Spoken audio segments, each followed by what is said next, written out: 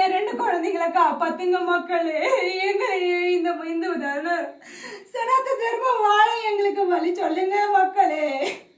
அவங்க தூக்கி எங்களை வெளியே போட்டாலும் எங்களுக்கு வேற வாழ்க்கை இல்லை. எங்களுடைய வாழ்வாதாரம் இதுதான், எங்களுடைய வாழ்வியல் முறை இதுதான்.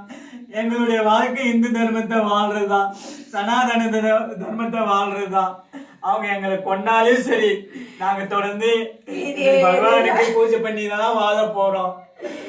இதுதான் எங்க வாழ்க்கை முறை.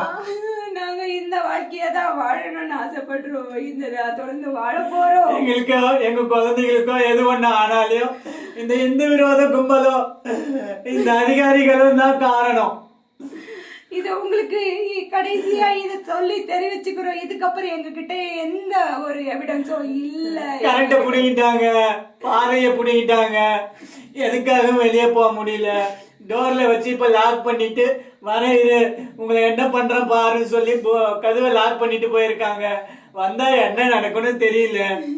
இந்த வீடியோ மூலமா தான் உங்களுக்கு தெரிவிச்சுக்கிறோம். எங்களுக்கு எது ஆனாலும் சரி, எங்க குழந்தைக்கு எது ஆனாலும் சரி, அந்த இந்து விரோத கும்பலோ அந்த அதிகாரிகளும் தான் காரணம். ஆமா.